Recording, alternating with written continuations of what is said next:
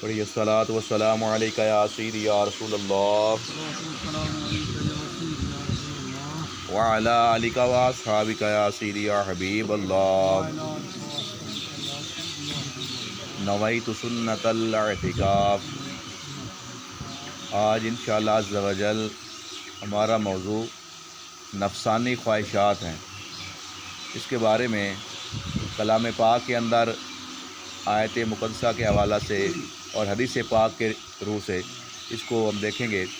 اللہ تعالیٰ نے ارشاد فرمایا، بسم اللہ الرحمن الرحیم، افرأیت من اتخذ الہہ ہواہ وأضلہ اللہ علی علم وختم علی سمعہ وقلبہ وجعل علی بصرہ غشاوہ فمن یہدیہ من بعد اللہ افلا تذکرون۔ صدق اللہ مولانا العظیم وصدق رسولہ النبی الکریم الامین۔ ترجمہ: بھلا دیکھو تو وہ جس نے اپنی خواہش کو اپنا خدا بنا لیا اور اللہ تعالیٰ نے اسے علم کے باوجود گمراہ کر دیا اور اس کے کان اور دل پر مہر لگا دی اور اس کی آنکھوں پر پردہ ڈال دیا، تو اللہ تعالیٰ کے بعد اسے کون راہ دکھائے گا، یعنی راہ ہدایت کون دکھائے گا؟ تو کیا تم نصیحت حاصل نہیں کرتے؟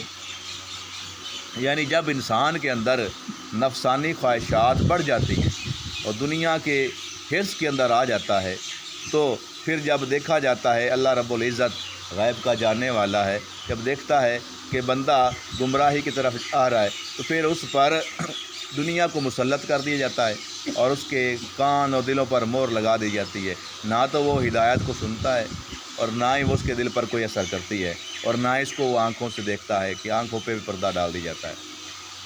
اس کے علاوہ اللہ رب العزت نے اور مقامات پر بھی ارشاد فرمایا۔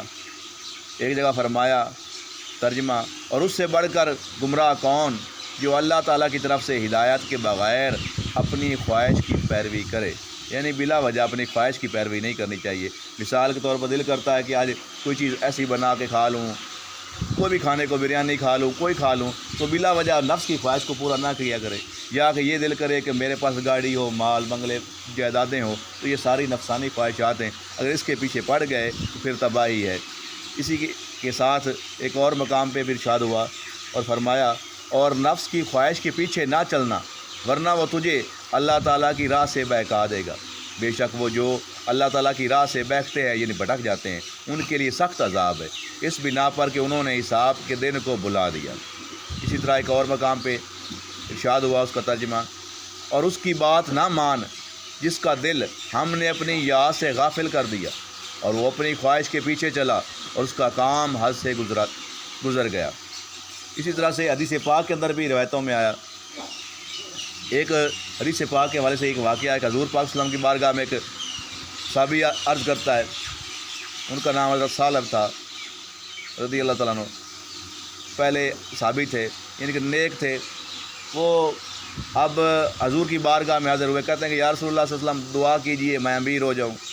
آپ نے فرمایا، کیا تو ذکر والی زبان اور شکر والا دل پسند نہیں کرے گا تو وہ تیرے لیے بہتر ہے۔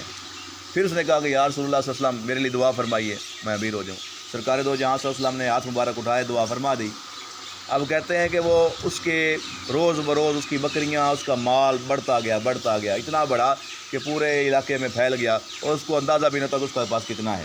پھر ایک وقت آیا کہ جب صحابہ ان کے پاس گئے، اس کے پاس، اور حضور کا حکم دیا، جیسے اس نے کہا تھا کہ اگر میرے پاس مال زیادہ ہوگا تو میں اللہ کے راستے میں خرچ کروں گا، خیرات کروں گا۔ اب صحابہ گئے، انہوں نے کہا کہ زکوٰۃ دو۔ اب وہ کہتا ہے کہ زکوٰۃ تو ٹیکس ہے، یہ تو تاوان پڑے گا میرے اوپر، میں کیوں دوں؟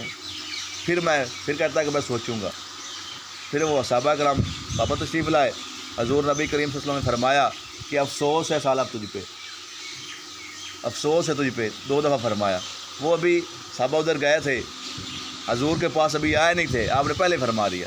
تو اس سے علم غیب بھی ظاہر ہوتا ہے کہ صحابہ تو ابھی اس کے پاس ہے، لیکن سرکار سے ہم دیکھ رہے ہیں اور فرما رہے کہ افسوس تجھ پہ۔ جب واپس آیا تو کیا، پھر اس کے بعد وہ کچھ عرصے بعد واپس آیا اور کچھ مال لے کے آیا۔ اس نے سوچا ہوگا، غور کیا ہوگا کہ حضور سے وعدہ کیا تھا، جو بھی خیال آیا لے کے آیا، لیکن حضور نبی کریم صلی اللہ علیہ وسلم نے اس کو رد فرما دیا، قبول نہیں کیا۔ پھر وہ دوبارہ حضرت ابو بکر صدیق رضی اللہ تعالیٰ کے دور میں آیا، انہوں نے بھی رد کر دیا، ٹھکرا دیا کہ جب اس کو حضور نے قبول نہیں کیا ہم بھی نہیں کریں گے۔ پھر حضرت عمر فاروق رضی اللہ تعالیٰ کا دور مبارک آیا، جب ان کے پاس بھی یہ آیا مال لے کے کچھ اپنا کہ زکوٰۃ کا، آپ نے بھی ٹھکرا دیا، کہا کہ نہیں لینا تیرا مال، جب اللہ کے رسول صلی اللہ علیہ وسلم نے انکار کر دیا تو ہم کیسے لے سکتے ہیں؟ ادھر اس وقت دیا نہیں تھا۔ پھر حضرت عثمان غنی کا رضی اللہ تعالیٰ کا دور آیا، ان کے پاس جب لے کے آیا تو انہوں نے بھی نہ کر دی، تو ان کے دور میں اس کا انتقال ہو گیا اور اس کو موت کفر پہ آئی، ایمان بھی نصیب نہ۔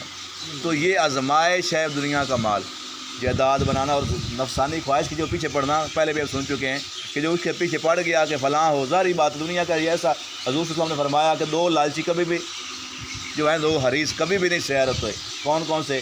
ایک دنیا کا حریص کہ لاکھ والا 2 لاکھ کے پیچھے، 2 والا 4 کے پیچھے، 4 والا 6 کے پیچھے، اور ایک نیک اعمال کا حریص کہ جو تسبیحات ذکر اللہ کرتا ہے اس کا لالچ بڑھتا ہے تک میں اور کروں اور کروں، اور فرمایا کہ یہ حریص اچھا ہے جو دین کا حریص ہے، لیکن دنیا کا لالچی جو ہے وہ بدترین ہے۔ تو اس لیے اس کی بڑی ہی اہمیت ہے کہ اپنے آپ کو بچا کے رکھیں دنیا سے، اور ضرورت حضور صلی اللہ علیہ وسلم نے فرمایا کہ اور حدیث پاک ذہن سے میں آ گئی، آپ نے فرمایا کہ وہ شخص خوش قسمت ہے جس کا مسجد میں آنا جانا ہے اور سجدوں میں اس کا وقت گزرتا ہے اور اس کی روزی پوری ہے۔ مراد کہنے کا سے مراد یہ ہے کہ وہ نہ تو اس کا کم پڑتا ہے نہ بڑھتا ہے، وہ معاملات چل رہے ہیں، آیا وہ لگا دیا، لیکن فرمایا ساتھ میں کہ اس کے لیے آزمائش ہے جو دین سے بھی دور، سجدوں سے بھی دور ہے، اور ساتھ میں اس کے پاس مال جمع ہے اور وہ مال کو بڑھانے میں لگا ہے، تو اس پر ذلت کو مسلط کر دیا جاتا ہے، رسوائی کو مسلط کر دیا جاتا ہے۔ اسی طرح سے حضرت انس بن مالک رضی اللہ تعالیٰ عنہ فرماتے ہیں کہ نبی پاک صلی اللہ علیہ وسلم نے فرمایا کہ 3 چیزیں ہلاکت میں ڈالتی ہیں، انسان کو ہلاک کرتی ہیں۔ یہ کون سی؟ وہ بخل جس کی اطاعت کی جائے، کنجوسی اس طرح سے کرنا، پھر اس پہ عمل کرنا، کنجوسی کو لے کر پھر عمل کرنا کہ ہر بات میں کنجوسی کرنا، یہ بھی انسان کو ہلاک کرتا ہے۔ فرمایا کہ روایت پھر ذہن میں آ گئی کہ شیطان کہتا ہے کہ مجھے کنجوس عبادت گزار جو ہے وہ پیارا ہے اور گنہگار سخی سے ڈر لگتا ہے۔ اس نے پوچھا بھائی کیوں؟ کہتا ہے کہ کنجوس جو ہے بخیل کنجوس ہے لیکن عبادتیں کرتا ہے، لیکن وہ دوزخ میں جائے گا کنجوسی کی وجہ سے، لیکن جو گنہگار تو ہے، گناہ کرتا ہے لیکن ساتھ میں سخی ہے، تو اپنی سخاوت کی وجہ سے اللہ تعالیٰ اس کو ہدایت رستہ دے گا اور وہ بخشا جائے گا، اس لیے میں اسے ڈرتا ہوں کہ یہ بخشا جائے گا۔ فرمایا کہ بخیل جو ہے وہ نمبر 2 وہ نفسانی خواہشات جن کی پیروی کی جائے، تو وہ جو خواہشیں ہیں یہ بھی انسان کو ہلاک کرنے والی ہیں۔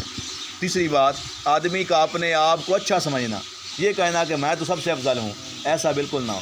جو آپ کو میں روایت سناتا ہوں حضرت موسیٰ علیہ السلام کی کہ آپ اللہ تعالیٰ نے فرمایا کہ وہ 40 سال عبادت کرنے والا افضل نہیں ہے، بلکہ یہ موچی جو ایک آبادی میں بیٹھتا ہے لیکن اپنے آپ کو یہ سمجھتا ہے کہ میں سب سے حقیر ہوں اور وہ آگے والا مجھ سے افضل ہے، تو یہ مجھ سے افضل ہے اللہ تعالیٰ کی نگاہ میں۔ تو اللہ تعالیٰ کو عاجزی پسند ہے، تو ہمیشہ اپنے آپ کو عاجزی کی طرف لے جانا چاہیے۔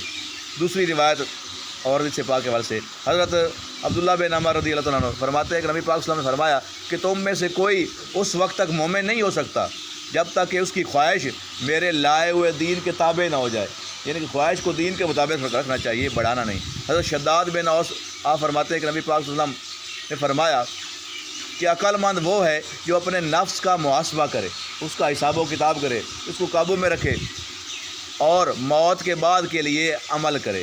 جب جو مر کے جانا ہے، مرنا ہے تو آگے جانا تو اس کے لیے عمل کرے، تو یہاں تو عارضی زندگی۔ جبکہ عاجز وہ ہے جو اپنی خواہشات کے پیچھے لگا رہے اور اللہ تعالیٰ سے امید رکھے، خواہشیں بھی پوری کرے پھر کہے کہ میں بخشا جاؤں گا، تو فرمایا ایسا نہیں ہے۔ حضرت ابو سالم رضی اللہ تعالیٰ عنہ آپ فرماتے ہیں کہ نبی پاک صلی اللہ علیہ وسلم نے فرمایا کہ تم پر اچھی باتوں کا حکم دینا اور بری باتوں سے روکنا بھی ضروری ہے، یہاں تک کہ جب تم بخل کرنے والے کی اطاعت کرو، اطاعت نفسانی خواہشات کی پیروی، دنیا سے پیار اور ہر صاحب رائے کو اپنی رائے اچھی سمجھنے والا دیکھو، تو تم پر اپنی فکر کرنا لازم ہے۔ یعنی کہ دنیا کے جو بڑے بڑے مال اکٹھا کرنے والے، ان کو دیکھ کر یہ سمجھنا کہ میرے پاس بھی آ جائے، تو فرمایا یہ اچھی بات نہیں۔ اور جب جھوٹی تعریفیں کرنے والے کو آپ سمجھو کہ یہ بہت اعلیٰ ہے، تو تب بھی اچھی بات نہیں۔ اور کنجوسی کرنے والے کو دیکھو تو کہو کہ یہ بڑا چنگا کام کر رہا ہے، اچھا کام کر رہا ہے، تو یہ گل بھی غلط ہے۔ اس لیے ہمیں ایسی باتوں سے بالکل بچنا چاہیے۔ آخری حدیث پاک ہے اس حوالے سے حضرت ابو ہریرہ رضی اللہ تعالیٰ عنہ آپ سے روایت ہے کہ نبی پاک صلی اللہ علیہ وسلم نے فرمایا کہ جب اللہ تعالیٰ نے جنت پیدا کی تو حضرت جبرائیل علیہ السلام سے فرمایا کہ جاؤ اسے دیکھو۔ وہ گئے اسے اور جو نعمتیں اس میں جنتیوں کے لیے اللہ تعالیٰ نے تیار کی تھیں انہیں دیکھا، پھر آئے اور عرض کی کہ یا رب عز و جل، تیری عزت کی قسم، جو اس کے بارے میں سنے گا وہ اس میں داخل ضرور ہوگا۔ پھر اللہ تعالیٰ نے اسے مشقتوں سے یعنی مشکلوں سے گھیر دیے جنت کو، اور فرمایا اے جبرائیل علیہ السلام جاؤ اسے دیکھ کر آؤ۔ وہ گئے اور اسے دیکھا، پھر آئے اور عرض کی یا رب عز و جل، تیری عزت کی قسم، مجھے خطرہ ہے کہ جنت میں کوئی داخل نہ ہو سکے گا۔ پھر جب اللہ تعالیٰ نے آگ پیدا کی تو فرمایا کہ اے جبرائیل علیہ السلام جاؤ اسے دیکھو۔ وہ گئے اور اسے دیکھا، پھر آئے اور عرض کی یا رب عز و جل، تیری عزت کی قسم، جو اس کے بارے میں سنے گا وہ اس میں داخل نہ ہوگا۔ اللہ تعالیٰ نے اسے لذتوں سے یعنی لذتوں سے گھیر دیا، جہنم بنائی پھر اسے لذتوں سے گھیر دیا۔ پھر فرمایا اے جبرائیل علیہ السلام اسے دیکھو۔ وہ گئے اور اسے دیکھ کر عرض کی یا رب عز و جل، تیری عزت کی قسم، مجھے خطرہ ہے کہ اس میں داخل ہوئے بغیر کوئی نہ بچے گا۔ یعنی کہ وہ ہے دوزخ، لیکن اس میں اتنی لذتیں ہیں نا سائڈوں پہ رکھ دی گئیں اطراف میں، یہ دنیا، تو اس میں پڑھ کے لوگ اپنے آپ کو دوزخ میں پھینک دیں گے۔ تو اس لیے ہمیں بھی فکر آخرت کرنی چاہیے۔ دنیا کے لالچ میں جو پڑ گیا وہ ہمیشہ ناکام ہی رہتا ہے۔ تو اللہ تعالیٰ سے دعا ہے کہ ہمیں عمل کی توفیق عطا فرمائے اور فکر آخرت کرنے کی توفیق عطا فرمائے، آمین بجاہ نبی الکریم صلی اللہ تعالیٰ علیہ وآلہ وصحبہ وسلم۔ بڑی الصلاۃ والسلام علیکہ یا سیدی یا رسول اللہ وعلی آلہ